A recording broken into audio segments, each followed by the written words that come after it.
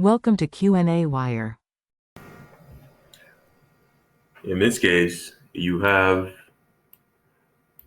to find out if it's possible to hold on to a baby in a car after a collision, after the car is traveling at 60 miles per hour, is stopped all the way to 0 miles per hour in about 0.1 seconds.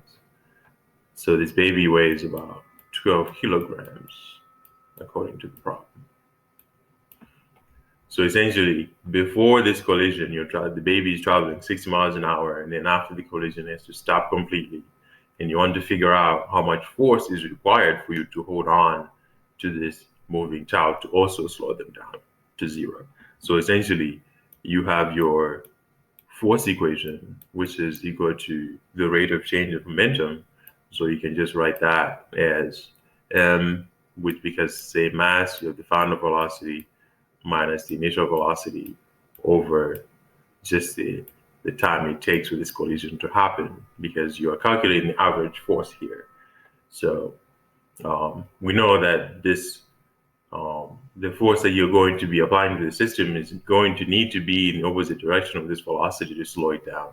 So that's why this result here is going to be negative, because the initial velocity is 60, the final velocity is 0. So this force is going to be in the opposite direction. So we know the mass of the baby is around 12.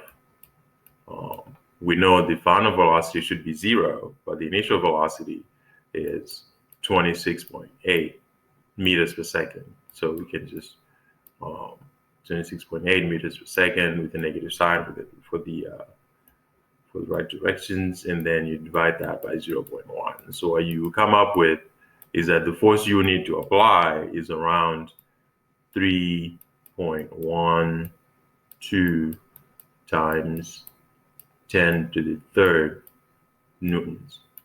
So that's around 300 pounds or so of force that you would need to exert on the system, which would almost be impossible to achieve.